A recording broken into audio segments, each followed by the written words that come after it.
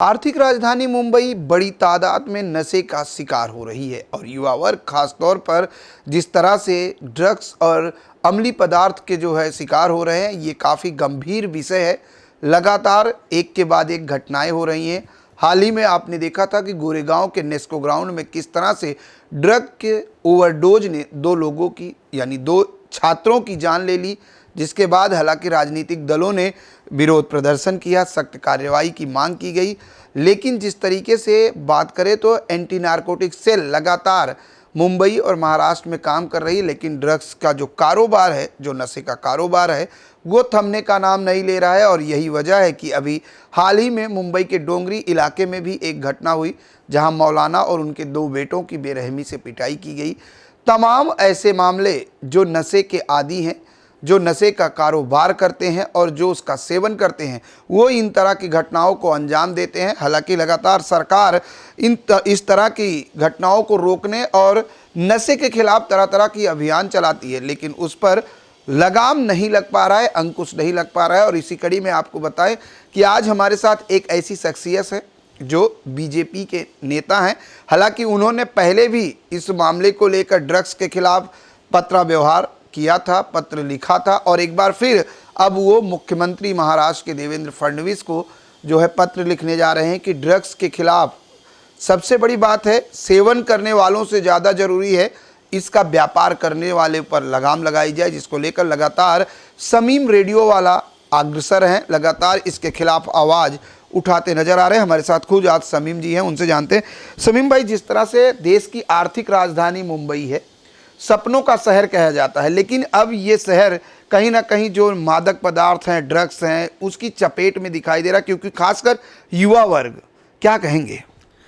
देखिए, अभी ये जो मौलाना को भी जो मारा गया डोंगरी पुलिस चौकी के अंदर, ये बहुत गलत हुआ है। और मैं आपको बता दूं कि ये तो मौलाना के इतने चाहने वाले थे, जो लोगों को पता चला और जब भीड़ जमा हुई उसके बाद में उस पर कार्रवाई हुई, पुलिस ने एक्शन लिया। नहीं तो आए दिन वहाँ पर इस तरह के हादसे होते रहते हैं। बेचारे जो सीधे लोग हैं, मिडिल क्लास लोग हैं, वहाँ से आते जाते उनको मारा जाता है। जो ड्रग्स के खिलाफ या इस चीज़ के लिए आवाज़ उठाता है उसको मारा जाता है। और कहीं ना कहीं मैं आपको ये बताता चलूँ कि इसके अंदर पुलिस का बहुत बड़ा रोल रहता है। मैं ये नहीं कहता कि हर ऑफिसर या हर पुलिस वाला मिला हुआ रहता है, लेकिन कहीं ना कहीं कुछ पुलिस वाले हैं जो इनको सपोर्ट करते हैं।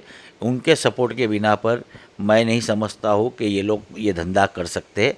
और सिर्फ आप बॉम्बे की बात कर रहे हो, मैं तो आपको बता दूँ कि बॉम्बे के अलावा बांद्रा जैसे एरिया में, बांद्रा रिक्लेमेशन जैसे एरिया के अंदर ये ड्रग्स की काफ़ी बड़ी यहाँ पर बेचने का काम होता है। लोग कार गाड़ी लेकर, बाइक लेकर आते हैं, कहाँ कहाँ से लोग आते हैं। और ये ड्रग्स, सिर्फ आप लोगों को ये लगता होगा कि जो ड्रग्स का जो व्यापार है या इसका जो सेवन है वो सिर्फ मुंबई के चंद इलाकों में हो रहा है, ऐसा नहीं है।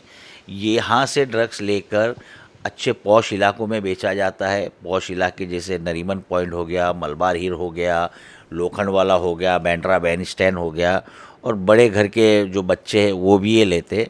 तो कहीं ना कहीं जाके आपको ये समझना होगा कि ये ड्रग्स का जो मामला है, ये सिर्फ एक समाज से जुड़ा हुआ नहीं है या एक मिडिल क्लास की फैमिली से जुड़ा हुआ नहीं है।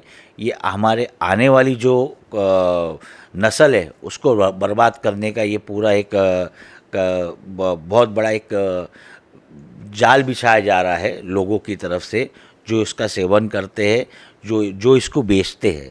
इनको रोकना बहुत ज़रूरी है, और अगर अभी नहीं रोका गया इनको, तो मैं ये समझता हूँ कि आगे जाके हमारी नस्लों का इसका बहुत बड़ा असर होगा।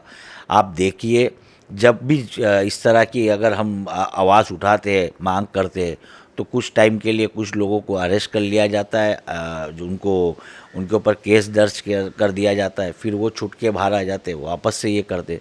तो इसके लिए एक प्रॉपर, मेरा मुख्यमंत्री जी से एक निवेदन है कि इसका एक प्रॉपर एक कुछ कानून बनाया जाए कि करने के बाद में अगर दोबारा वो पकड़े जाए तो उसके साथ क्या सज़ा हो। और कहीं ना कहीं जिस तरह से हमारी गवर्नमेंट जिस तरह से स्कूल कॉलेज हम जिस तरह से आज ध्यान दे रहे हर एक छोटे वर्क पे, उसी तरह से हमको कहीं ना कहीं जाकर इस ड्रग्स की मुहिम के अंदर एक बड़ा कदम उठाना होगा।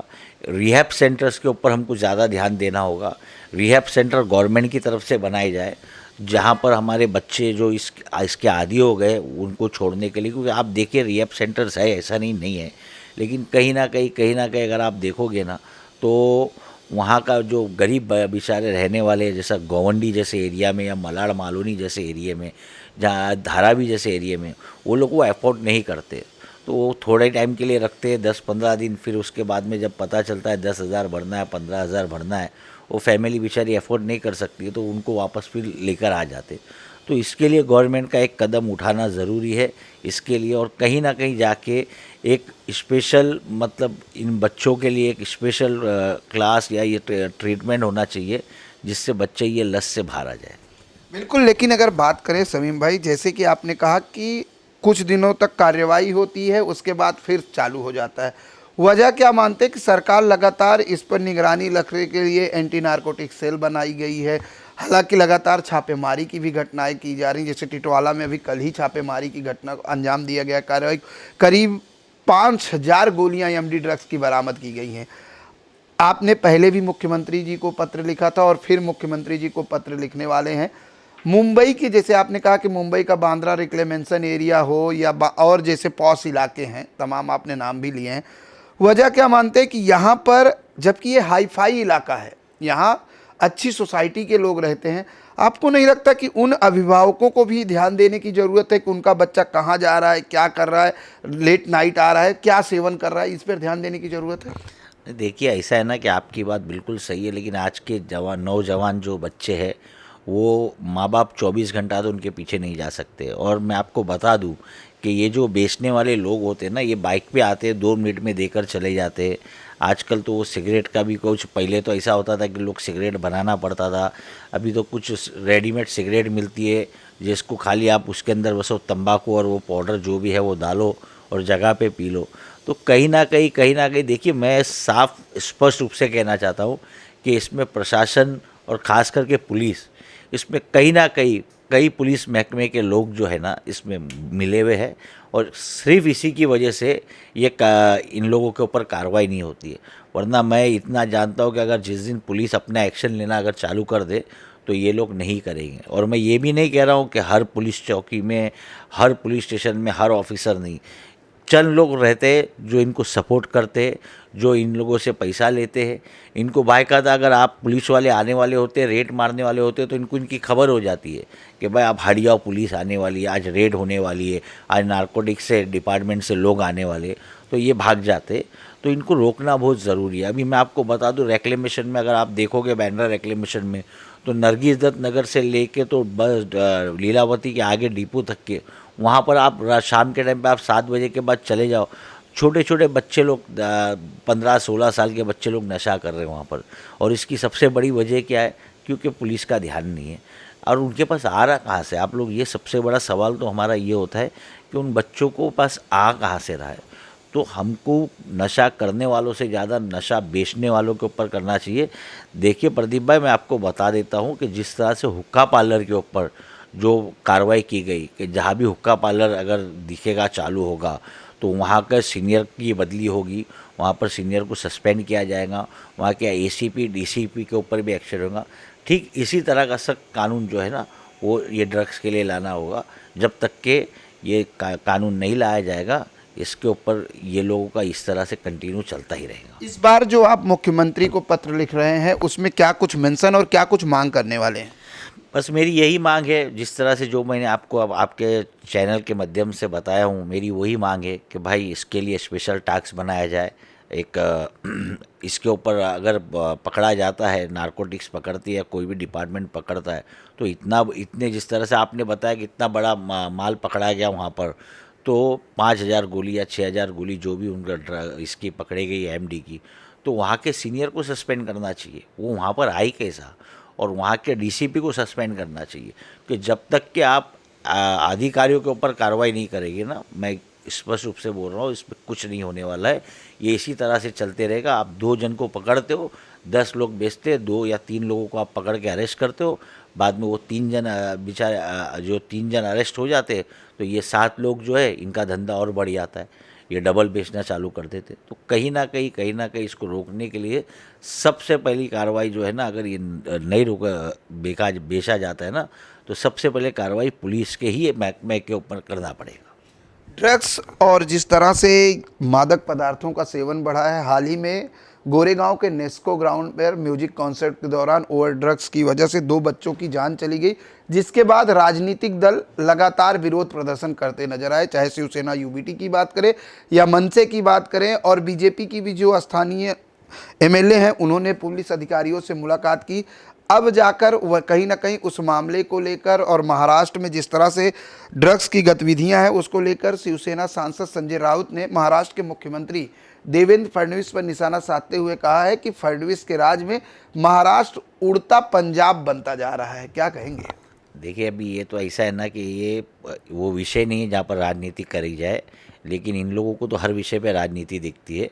ये ऐसा ड्रग्स का ये नहीं है कि ड्रग्स का और ये जो एमडी का जो है ये अभी से चल रहा है, ये काफ़ी टाइम से चलते आ रहा है। लेकिन हाँ, ये बात बिल्कुल सही है कि इस वक्त बड़े स्तर पे इसके लिए चल रहा है कि कहीं ना कहीं जो कॉलेज के बच्चे हैं, ये है, इन लोगों को दिया, जो इन लोग इसके नशे के आदी हो गए। पहले इस तरह से नहीं होता था। तो मेरा वही बोलना है कि मैं कोई भी पार्टी हो, मैं कोई राजनीति नहीं करना चाहता हूँ, लेकिन मेरा ये स्पष्ट रूप से बोलना है कि इसके लिए सख्त कानून बनाया जाए। जिस इलाके में जिस ऑफिसर के, कंसर्न ऑफिसर या सीनियर के उसके जुडिशरी के अंदर अगर ड्रग्स मिलता है तो वो सीनियर पे भी कार्रवाई होना चाहिए, वो ड्यूटी ऑफिसर पे भी कार्रवाई होना चाहिए। वहाँ पर जो कांस्टेबल है या जो डिटेक्शन डिपार्टमेंट के लोग हैं उन पे भी कार्रवाई होना चाहिए। जिस दिन आप लोगों ने हमारी सरकार ने ये कार्रवाई चालू कर दी, मैं आपको स्पष्ट रूप से बोलता हूँ ये बहुत जल्दी बंद हो जाएगा। लेकिन जिस तरह से अब इस पर राजनीति हो रही है और जब कोई हादसे हो जाते हैं तब राजनीतिक दल रास्ते पर उतरते हैं, क्या लगता है कि इस पे हमें एकजुट होकर साथ में आकर इसके खिलाफ जागरूकता अभियान चलाना चाहिए? देखिए, जागरूकता अभियान की अगर आप बात करते हैं ना, तो वो तो ऑलरेडी चलते ही है, हर कोई ड्रग्स के लिए करता है। अभी ये जो इमाम साहब के ऊपर जो हमला हुआ उसके बाद में भी काफ़ी एनजीओ सामने आई है, हर पार्टी के लोग आए सामने। और हम तो खुद भी, मैं तो खुद बीजेपी का हो के मैं भी वहाँ पर इसके लिए वो किया हूँ। लेकिन आप मेरी बात को अभी भी समझ नहीं रहे हो। मेरा ये बोलना है कि इस पे राजनीति नहीं करना चाहिए। ये जो दूसरी पार्टी है, इनको सिर्फ राजनीति का एक कोई विषय चाहिए राजनीति करने के लिए, चाहे फिर वो महिला आरक्षण की बात हो, चाहे फिर वो ड्रग्स की बात हो, चाहे वो आईपीएल की बात हो। हर केस में इनको बस सिर्फ राजनीति आती है, उसके अलावा कुछ नहीं होता है। इनको अपनी दुकान चमकाने के अलावा इनको दूसरा कुछ आता नहीं है। एक सवाल थोड़ा हट के, हाल ही में सदन में महिला आरक्षण विधेयक संशोधन बिल पेश किया गया, हालांकि बहुमत नहीं मिलने से वो बिल गिर गया। क्या कहेंगे, आज विपक्ष अपनी जीत के लिए पीठ थपथपा रहा है कि हमारी बहुत बड़ी जीत है? बहुत दुर्भाग्य की बात है कि इससे ये साबित हो गया कि Congress, DMK, TMC, Samajwadi party, ये पार्टी सिर्फ इनकी घर की महिलाओं को आगे बढ़ाने का काम कर रही है। ये नहीं चाहती कि दूसरी महिलाएं आगे आए ताकि इनकी दुकान बंद हो जाए, और इसी के लिए इन लोगों ने ये बिल का विरोध किया है। और इसका जवाब इनको बहुत जल्द मिलेगा।